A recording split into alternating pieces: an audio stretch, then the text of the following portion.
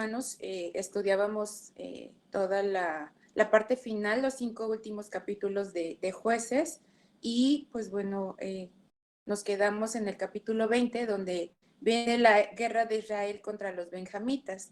Recordamos que hubo una convocación para todas las tribus para escuchar la causa de Levita. Por unanimidad, pues deciden ejecutar justicia contra los hombres de Gabá. En la reunión, pues, de los hombres de Benjamín para salir en defensa de los hombres de Gabá, ellos son los defensores de los que habían cometido pues, el atentado contra la concubina de Levita, y nos quedamos en la parte donde está la derrota de Israel en los 2 primeros días de la guerra. Entonces, hoy vamos a continuar en el capítulo 20, donde en la primera batalla que enfrentan los de Israel contra los benjamitas, pues ya habían consultado a Dios, pero le consultaron de una forma no tan correcta, vamos a decir así, porque lo único que le preguntan es por dónde vamos a empezar, ¿no? O de dónde debemos de salir. En la segunda, pues, hablar a Dios y pues tampoco fue lo correcto, ¿no? O sea, le preguntan ahí, ¿cómo se llama? En la primera fue acerca del número, ¿no? El número y por dónde iban a atacar, ¿sí? Entonces, en la segunda vienen nada más y le preguntan, pues vamos a salir. Y ya en la tercera batalla, que ellos van a librar, pues vienen y consultan de la forma correcta, ¿no? O sea, le preguntan a Dios haciendo ayuno, haciendo holocausto. Recordamos que están en el tema de Levíticos venía la parte de lo que es hacer holocausto y ofrecer ofrendas de paz, ¿no? Entonces hacen esta comunión con Dios, le consultan y Dios les da la seguridad de que van a salir con victoria, ¿no? En la primera batalla, pues ellos perdieron prácticamente 22,000 personas, en la segunda pierden a 18,000, pero en esta tercera, pues ellos ya ganan, y vamos a ver qué es lo que sucede en la tercera batalla, donde obtienen la victoria finalmente. Y bueno, aquí, pues bueno, sabíamos que había 2 elementos puestos ahí, con demasiada confianza, que era la justicia de la causa y la superioridad numérica de sus fuerzas, ¿no? Entonces, pues bueno, aquí desde el principio dieron por garantizado que siendo la causa justa no necesitaban otra cosa para que Dios les bendijera. Pero cuando ellos oran, ayunan y ofrecen los sacrificios para expiar pecados y reconocer su dependencia de Dios, Dios les da seguridad y la promesa de subir. Dice, porque mañana yo se los entregaré, ¿sí? Entonces, también Dios quería hacer una corrección en ese momento con el pueblo de Israel, porque pues habían sido de alguna forma pues muy impartidores de justicia en el tema de lo que sucedió con la mujer de Levita. Sin embargo, no habían sido tan duros o tan estrictos con la idolatría, ¿no? Entonces Dios estaba molesto por esa parte, ¿no? En ese momento, y por eso permite que ellos sufran 2 derrotas, y como ayer lo mencionaba, pues Dios puede pues convencernos de alguna forma, a veces dándonos un revés, ¿no? No necesariamente a la primera vamos a tener el éxito, pero siempre va a brillar la justicia de Dios. Y aquí, pues ellos son vencidos en 2 batallas, pero no perdieron la guerra, dice. Se habían confiado tanto en el número que no se habían preocupado tanto por la estrategia, ¿sí? Y entonces, pues bueno, finalmente logran tener la victoria, y después de esa victoria, pues bueno, pues prácticamente queda destruida. Ahí mueren 25,000 hombres. Entonces, prácticamente queda destruida esa tribu, ¿no? Y ellos después, pues, ven que que tampoco fue correcta la forma en cómo ejercieron esa justicia, ¿no? Porque habían destruido, desaparecido una tribu. Tienen así como son, ¿no? Inclusive en las consultas cuando le hacen a Dios para ir a las batallas, le decían, ¿y si vamos a ir contra nuestros hermanos de Benjamín, ¿no? Entonces, como que pues todavía ahí les queda como eso en su corazón. No mueren 600 hombres, ¿no? Entonces ellos se van a un lugar que se llama la Peña de Rimón, y este es un lugar de refugio, ya se ha descrito que es un lugar de refugio, y están ahí 4 meses. Entonces, pues vienen los de Israel y vemos que en el capítulo 21, pues ya sucedió la ruina de la tribu de Benjamín, y en la primera parte de este capítulo dice la lamentación que Israel hizo por esa ruina, ¿no? Entonces, pues se dan cuenta del efecto, ¿no?, que tuvo sobre esa tribu. Pues prácticamente no vieron a quién mataron, porque fue una destrucción total, ¿no? Entonces, pues ya no había forma de poder levantar o que volviera a resurgir esa tribu. Entonces tenían que proveerles mujeres para poder pues colonizar nuevamente esa tribu. Entonces, pues bueno, aquí vemos que pues hubo mucho celo por parte de los hombres de Israel. Habían expresado su gran celo contra la perversidad de los hombres de Gabá, pero lo hicieron contra los hombres de Benjamín, ¿no? Porque sintieron que como ellos, pues los estaban protegiendo de cierta manera, diciendo los de Benjamín, es que no podemos permitir que se metan, pues ellos a aplicar un correctivo a los que cometieron este daño. Entonces, por eso se realiza la guerra, ¿no? Entonces, pues, cuando se reunieron en Mizpa, ellos hicieron un voto, los de Israel, y que no le iban a dar mujer a los de Benjamín por esta causa, porque pues, estaban en contra de la resolución que ellos habían tomado. Entonces, para no cometer o ir en contra de ese voto que ellos habían hecho, pues necesitan ver la forma en cómo pueden proveerles mujeres a los de Benjamín.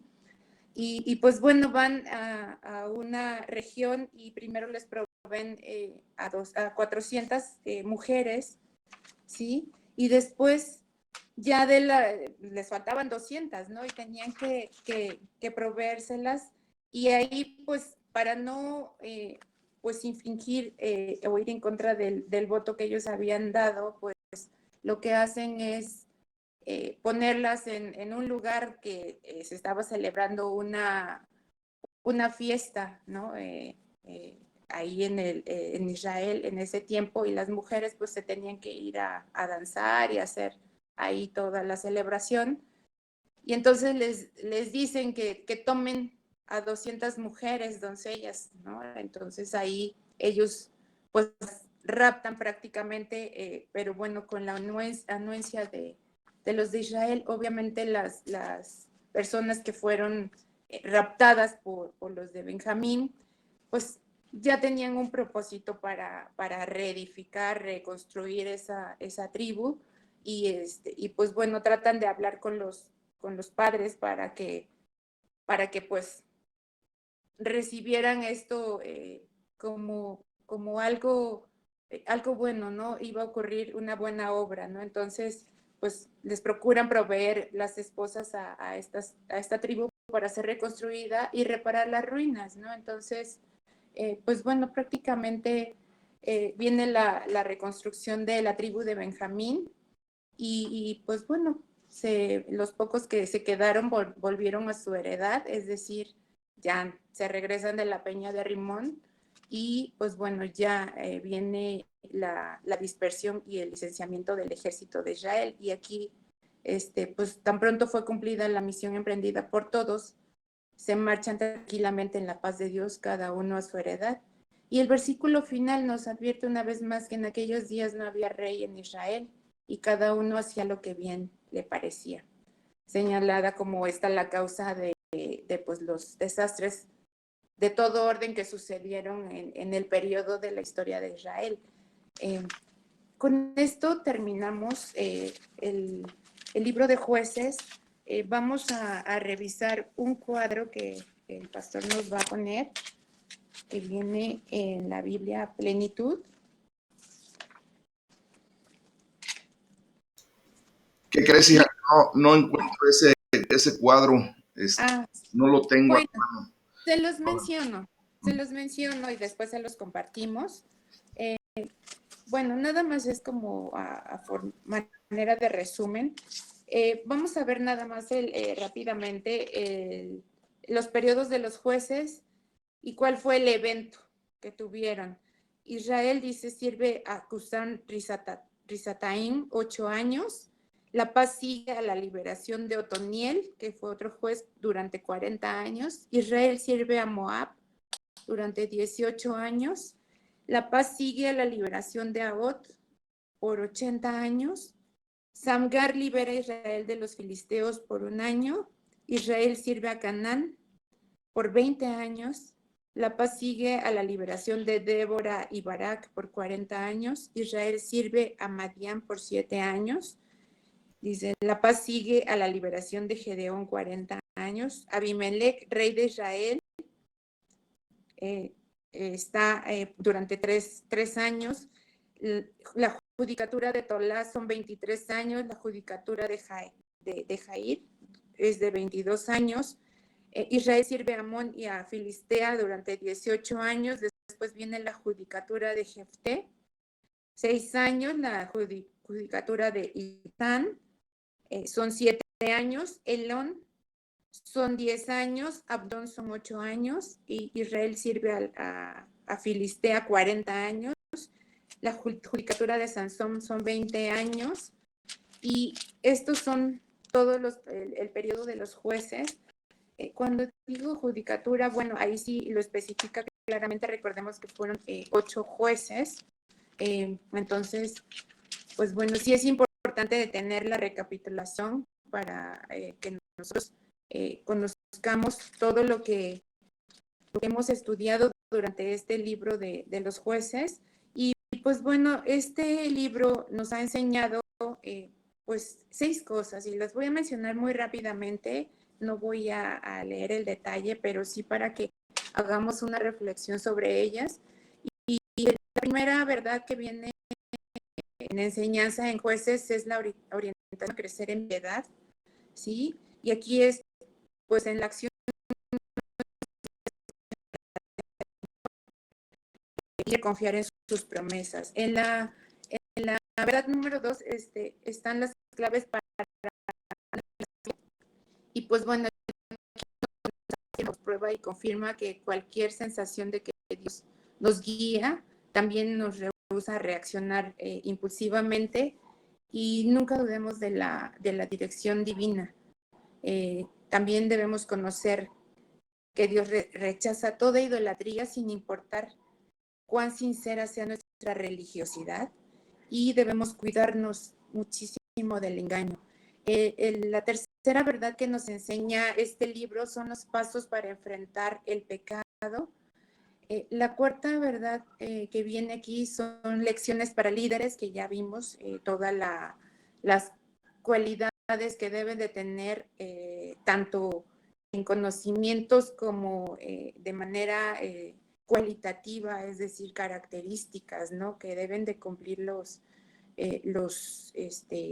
líderes y también, pues bueno, el cómo lo van a ejercer, ¿no? Entonces, también vienen lecciones claves en la fe y pasos para desarrollar la humildad es el número 6. Entonces, son enseñanzas que hemos estado viendo durante esta semana y pues bueno, es muy importante que quede muy claro esto para nosotros en esta enseñanza de todo el libro de jueces. Ahora vamos a revisar el panorama que es el otro libro que estamos estudiando. Ahí sí mi pastor nos va a apoyar en poner la primera hoja que ya se les compartió. Y aquí tenemos la primera dispensación, ¿sí? Bueno, después de la creación viene Adán con Eva, son creados en inocencia, son solemnemente prevenidos de las consecuencias del pecado. ¿Cómo está constituida o cómo debemos entender esta ilustración? Bueno, arriba vemos el nombre de la dispensación, en este caso dice inocencia. Esa línea nos dice en el libro, siempre va a ser la línea de dispensación. Les pusieron un nombre por una causa. En la parte central, en donde empieza el color pues rojo si lo alcanzan a distinguir, o la sombrita ahí por donde está moviendo su cursor el pastor, es la línea mesiánica, ¿sí? Es la línea, pues también se menciona como la línea de sangre, ¿no? Que va desde el cordero inmolado hasta el grito triunfante de consumado es, ¿no? Entonces, ahí inicia, ahorita vamos a describir todo lo que está pasando ahí en la parte central, y en la parte de abajo es la línea de tiempo, la línea cronológica. Entonces, esa pequeña línea que viene ahí negrita abajo de toda la ilustración, dice un año, una situación de tiempo. Entonces, pues la primera dispensación aquí nos dice que fue en el año 4004 antes de nuestro Señor Jesucristo, ¿no? Entonces, pues vamos a ubicar estas ilustraciones así. Entonces, en la primera dispensación es la edénica y esta es llamada inocencia, ¿no? Y vemos la creación de Adán y Eva, pues viene la tentación, ellos están en el paraíso, ahí muy bonito se ve en la ilustración, disfrutando de las bendiciones que Dios les había dado. Sin embargo, pues bueno, la tentación viene ahí representada con la serpiente. Se les había hecho una advertencia, ¿no? Que el alma que pecare morirá. Entonces, tiene ahí el árbol de la ciencia del bien y del mal, y recordamos que, pues bueno, no deberían comer del fruto de ese árbol. Todo lo demás estaba a su disposición. Sin embargo, pues bueno, son tentados y prueban ese fruto, y pues ahí Dios lo que está condenando es el pecado, ¿sí? Y por eso se ve el pecado ahí en caída libre, ¿no? Dice, el pecado rompe la comunión con Dios, y pues bueno, hay una maldición y hay una promesa. Y dice, la caída del hombre contiene una maldición y una promesa, y la promesa es la simiente de la mujer redimirá al hombre caído por la maldición. Y pues bueno, en esta primera dispensación termina con el juicio de la expulsión, y pues se pierde, ¿no? El paraíso, y prácticamente pues aquí tenemos a la segunda dispensación.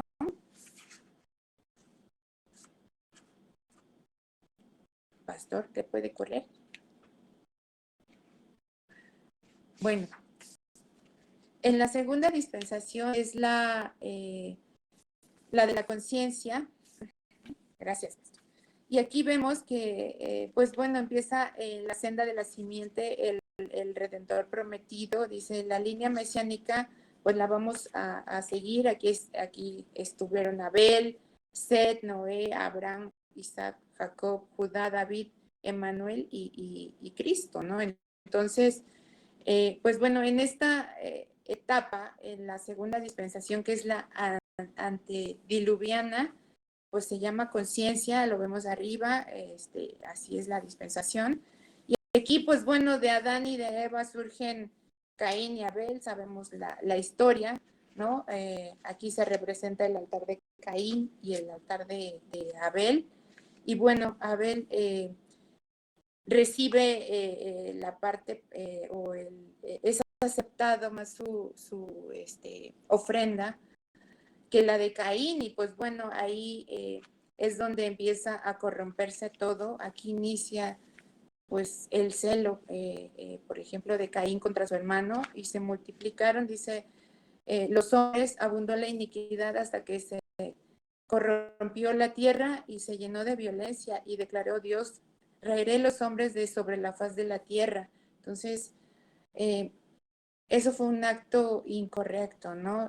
La simiente espiritual renovada en Set, bueno, aquí vienen los patriarcas antediluvianos después de Adán a Sem en Génesis 5, y bueno, aquí están todos mencionados: Enos, Cainán, Malalel, Enoc, Matusalén y Lamec, hasta llegar a la parte donde estudiamos a Noé.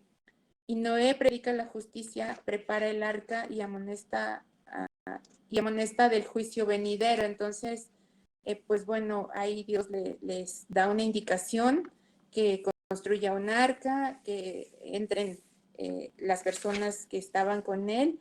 Y en la línea mesiánica vemos que de Noé, viene Sem, Cam y Jafet, y ahí entra, ¿no? O sea, continuamos en la línea mesiánica. Aquí paramos esta ilustración. Abajo podemos ver que estamos, pues bueno, en Génesis, en los capítulos 3 al 7.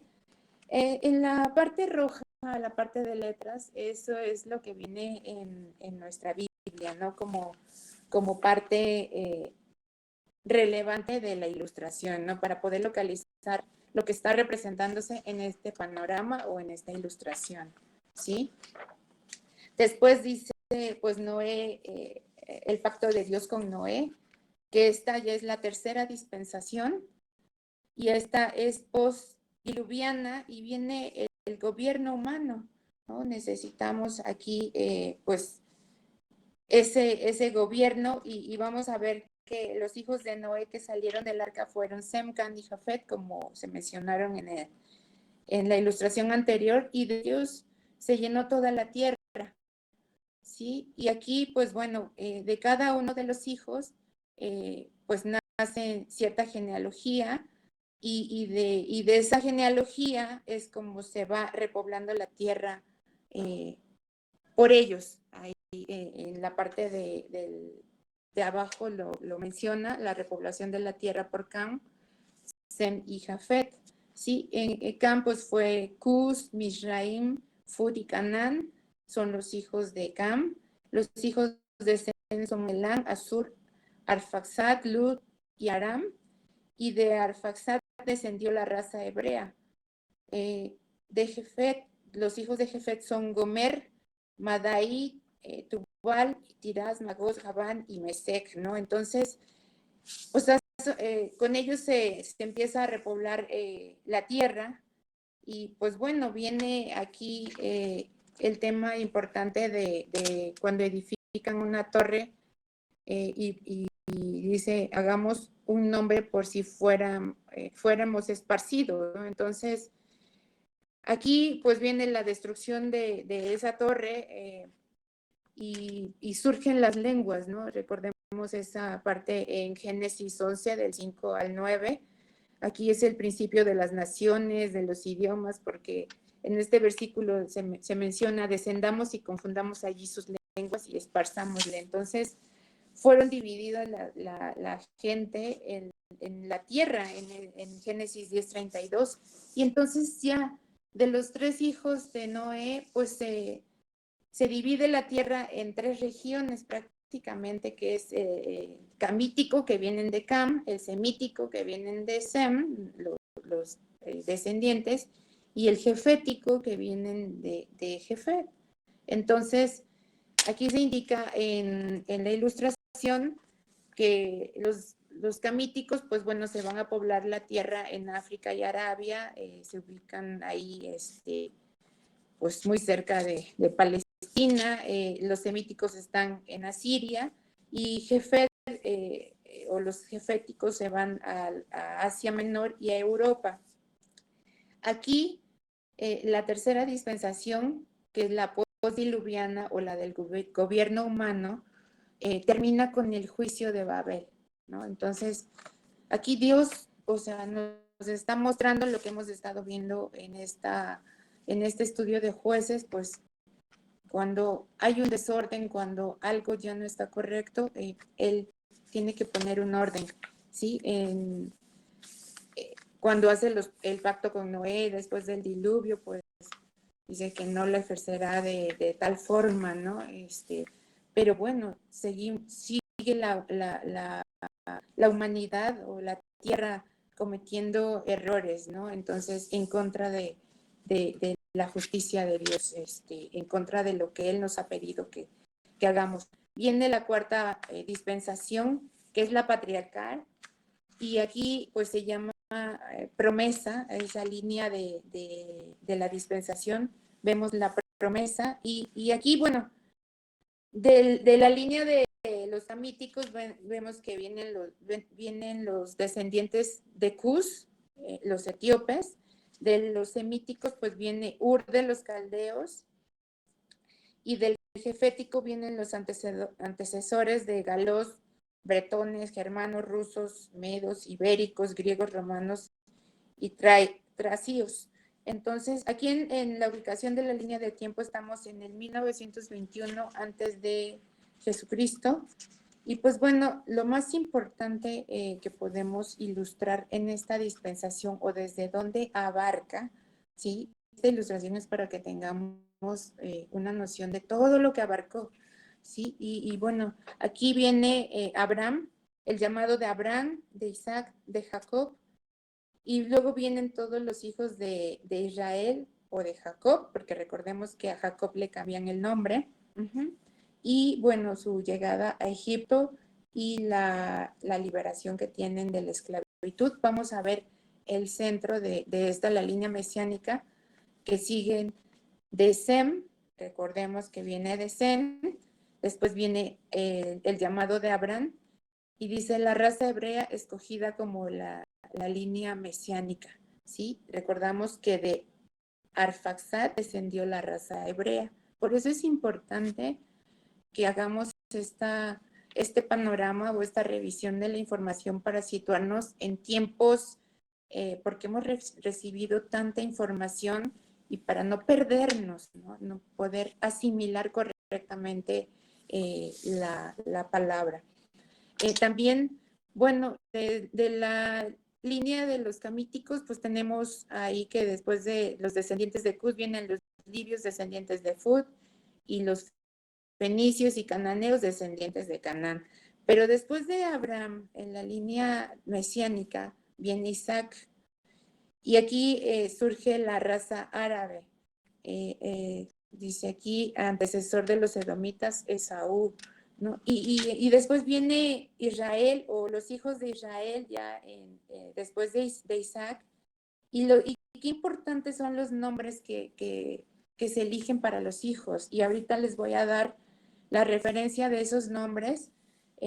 Dice, estos son los nombres de los hijos de Israel que entraron en Egipto con Jacob. Esto ya viene en Éxodo 1, del 1 al 5. Y el primero que viene en la ilustración es Rubén. Y aquí, pues lo que significa es mi aflicción. Simeón dice respuesta a mi oración. Leví, asociado de Dios o unido con Dios. Judá, alabanza. Isaacar, recompensa. Zabulón, exaltado. José, Dios Dios añade, Dios que añade, perdonen. Benjamín es el hijo, no tengo aquí clara el significado, ahorita se los doy. Dan dice, pues Dios es mi jefe, o el juicio de Dios. Neftalí, libertador. Gad, buena fortuna, y Aser es feliz.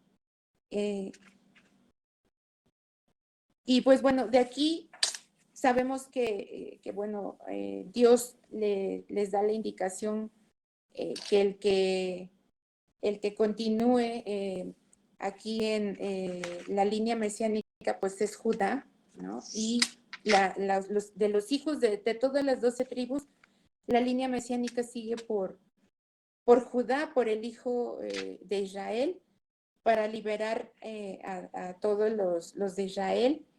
Y bueno, este juicio, esta dispensación termina con el juicio de la esclavitud. Dice, todas las almas de la casa de Jacob que entraron en Egipto fueron 70. Y los israelitas descendientes de Jacob fueron llamados judíos de Judá, por primera vez después del cautiverio babilónico. Y bueno, los egipcios descendientes de Misraim también vienen aquí como en este panorama, ¿sí? Que se separan de los fenicios y los cananeos. Si lo pudiéramos ver en un mapa, bueno, sería también muy ilustrativo. Y bueno, vamos a seguir con la quinta dispensación.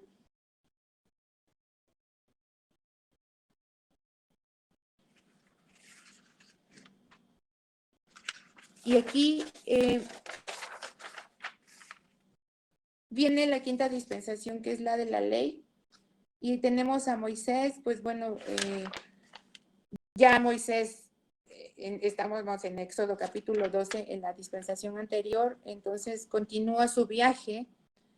Aquí se ve pues todo lo que tiene que recorrer, que es el Mar Rojo, es Mará, es Elín, es Refidim, ¿no?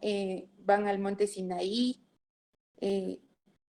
Es una peregrinación durante un largo tiempo en el monte Sinaí. Bueno, ahí viene representada la ley, que es un librito que se ve muy pequeñito, ¿sí? Y viene también un viaje de 11 días que se nos menciona en Deuteronomios 1 al 2, y llegan acá desde Barnea, pero bueno, después llegan al desierto, ¿no? Y están ahí 40 años alrededor del desierto. Después viene la muerte de Moisés y surge Josué, que aquí está la invasión y la conquista y la división de Canaán. Josué pues está ahí en el Jordán, y vemos que vamos en la línea del tiempo mesiánica, o sea, continuamos de Josué y llegamos a los jueces, que es lo que acabamos de terminar, ¿no? Prácticamente hasta aquí vamos en este estudio. Benjamín, perdón, me regreso, quiere decir el hijito de, ¿no? Entonces, aquí, pues bueno, estamos en la quinta dispensación en el estudio que estamos realizando, en el estudio profundo que estamos realizando de todo el Antiguo Testamento. Entonces, en la línea de tiempo, pues vemos que estamos en el 1451 antes de Jesucristo, y pues bueno, ya continuaremos estudiando para terminar estas dispensaciones y llegar a toda la parte de que estamos actualmente, ¿no? En cuál dispensación estamos, por qué estamos ahí y por qué se le llama la gracia.